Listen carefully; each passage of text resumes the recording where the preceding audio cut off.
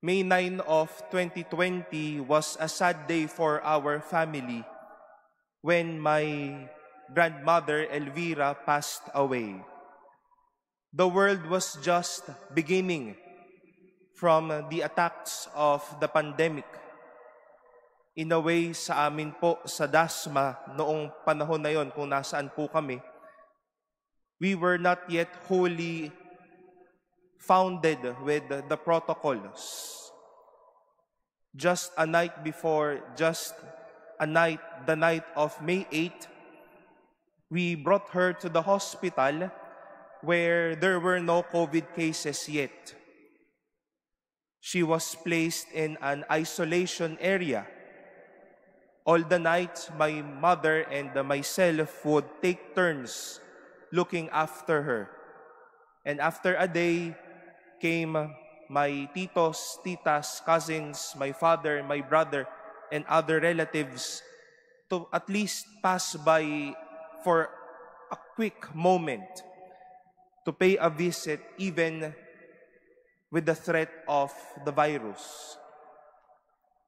In the face of my dying and lifeless grandmother,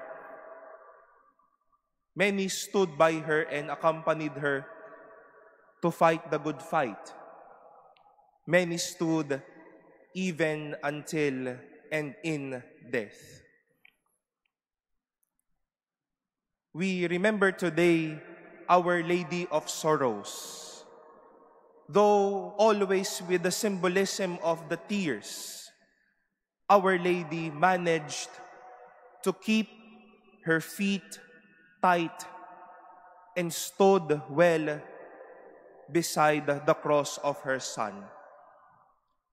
She stood at the cross of Jesus more than as a sign of presence, but as a sign of her fidelity to her Son and of not letting the experience of love go down.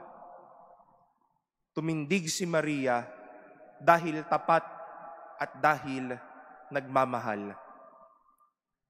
Like our family, you may have your own versions and experiences of stories of death, pains, sorrows, crosses over the past years and even until now.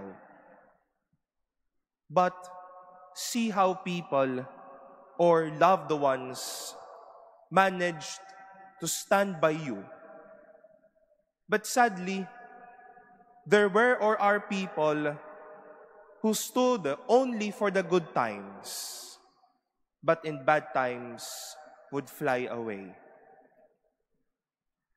When Mary stood by the cross of Jesus, though it is the most painful thing for her to do and to experience, she stood because of her faithfulness and for not letting love be down.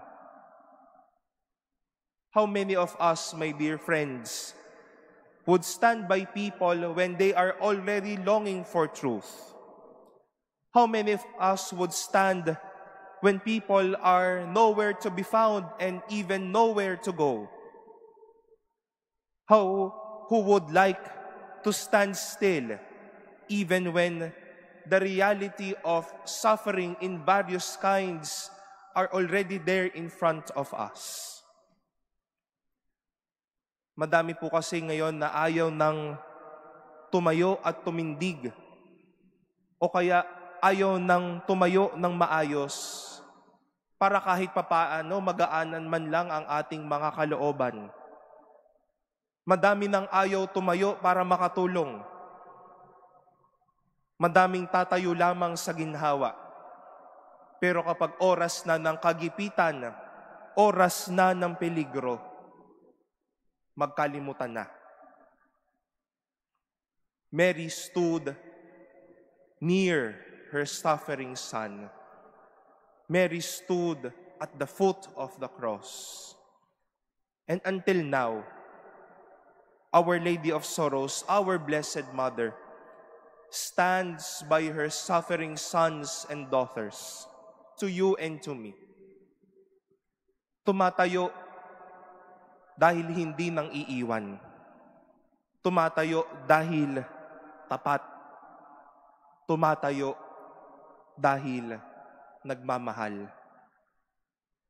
My dear brothers and sisters, in this world where true love is overpowered by convenience, may there be you and me who will stand even when it is difficult, and even if it would entail our self-giving.